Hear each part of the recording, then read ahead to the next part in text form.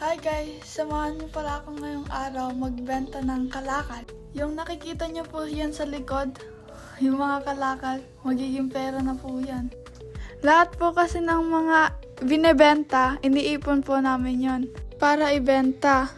Kagaya ng water bottle, cans, and many more. Dito na nga po, pinaghiwalay-hiwalay na namin yung mga cans at saka bottle para mabilis bilangin. Ayan na nga po, nag-Brazilian dance na.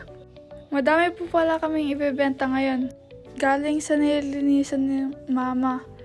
Yung mga kasi doon, tinatapon lang nila, tapos kinokolekta ni Mama para ibenta.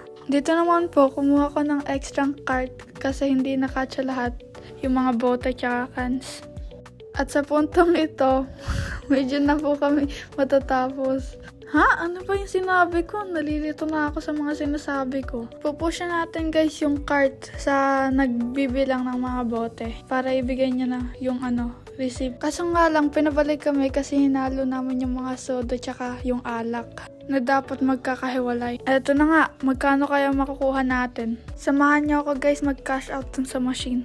Minsan, dito din namin kinukuha yung mga pang-treat sa labas.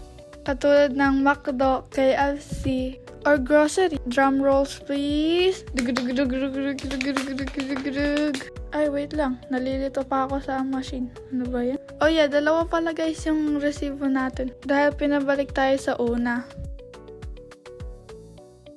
Moment of truth is 42 and 80 cents Canadian dollar. Or 1,800 plus sa peso. Okay, dito na pala guys matatapos ang mini voiceover. Thank you for watching guys. Bye-bye!